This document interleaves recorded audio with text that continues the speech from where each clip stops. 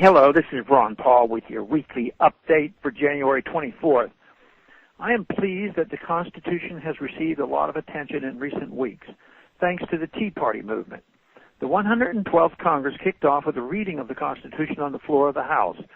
It goes without saying that members of Congress should have read the Constitution many times and should continue to study it. Citing the particular clause of the Constitution that authorizes newly introduced legislation is a reasonable suggestion. Yet, in reality, it will do little to restrain unconstitutional growth of the federal government. We've had such rules in the past, and no benefit came of it. The laws that are passed reflect the preferences and personal agendas of those in charge.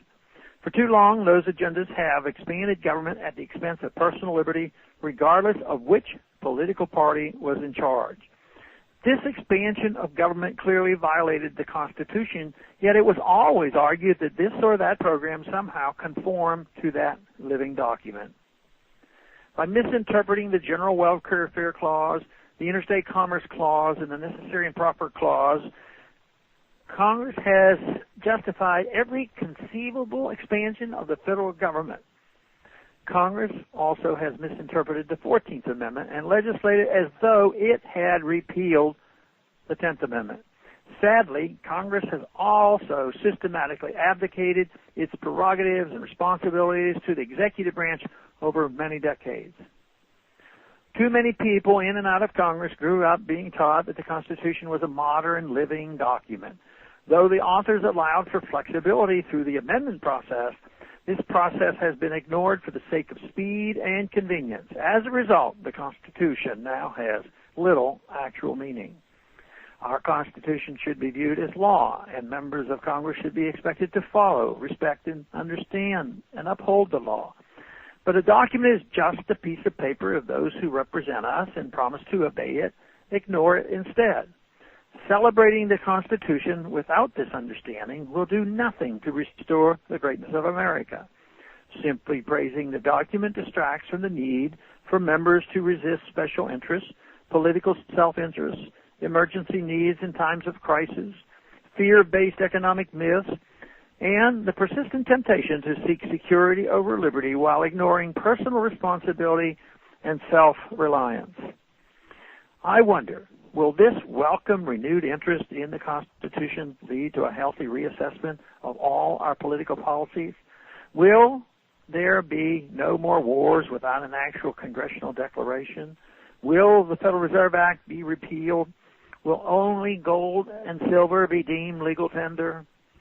Will we end all unconstitutional federal departments, including the Department of Energy, Education, Agriculture, Commerce, Health and Human Services, Homeland Security, and Labor?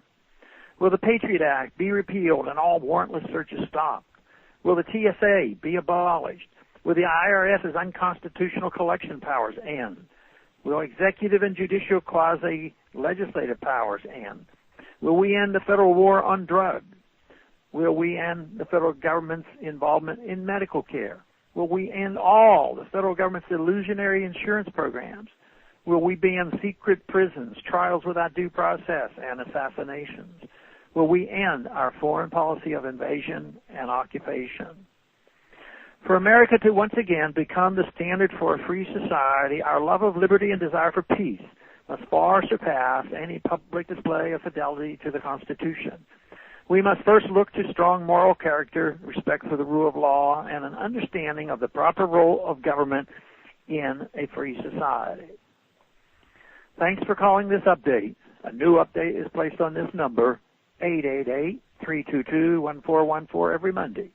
The written text can be found on my website, www.house.gov/Paul, under the heading Texas Straight Talk. Thanks for calling.